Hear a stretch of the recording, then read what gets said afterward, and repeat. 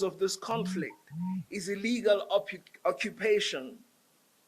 We have heard a tirade of criticism of Palestinians from Western powers and unflinching support for the occupying power. Welcome to Candid Africa. We've had repeated calls as comrades have been ignored, and instead occupied territories to the 1967 borders.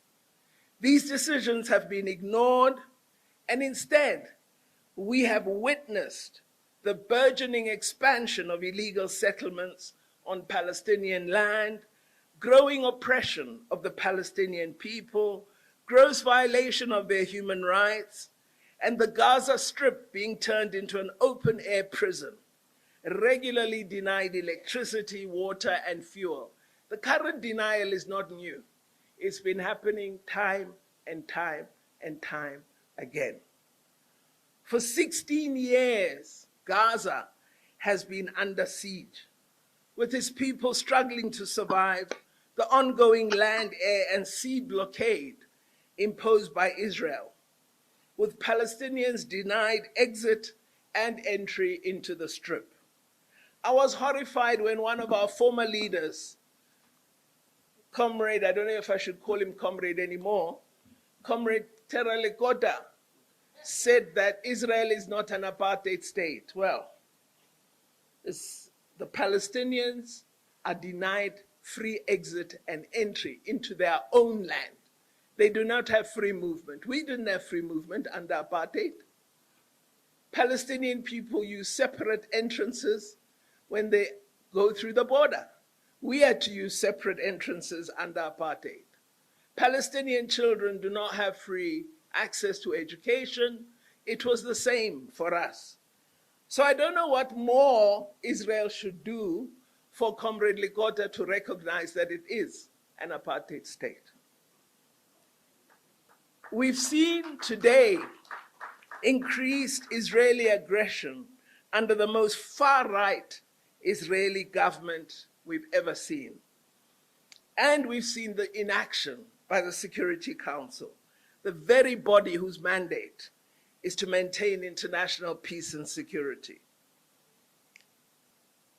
Despite the fact that the root cause of this conflict is illegal occupation, we have heard a tirade of criticism of Palestinians from Western powers and unflinching support for the occupying power.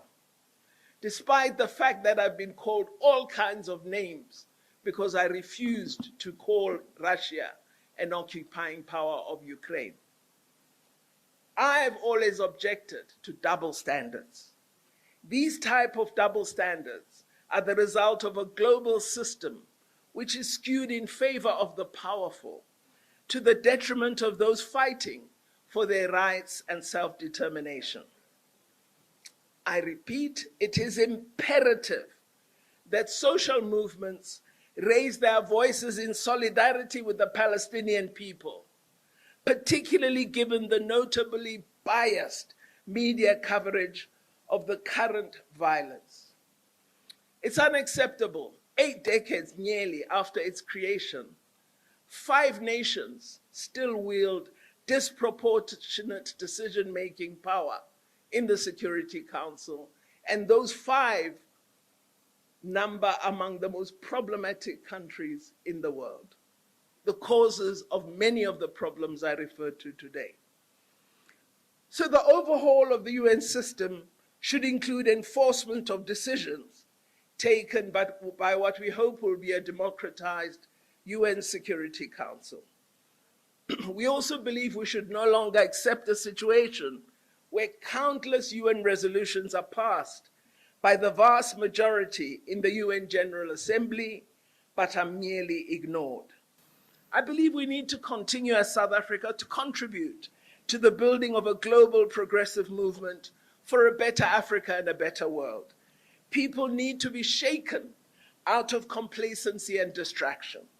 Progressive forces of the left need to step in, need to provide hope and vision, and offer up concrete pathways to political action.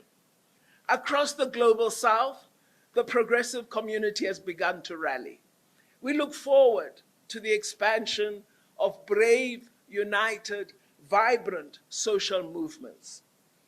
As the great revolutionary leader of Cuba, President Fidel Castro said, we need to unite today to build the tomorrow we yearn for, to vindicate the always excluded, and to rescue faith in humanity.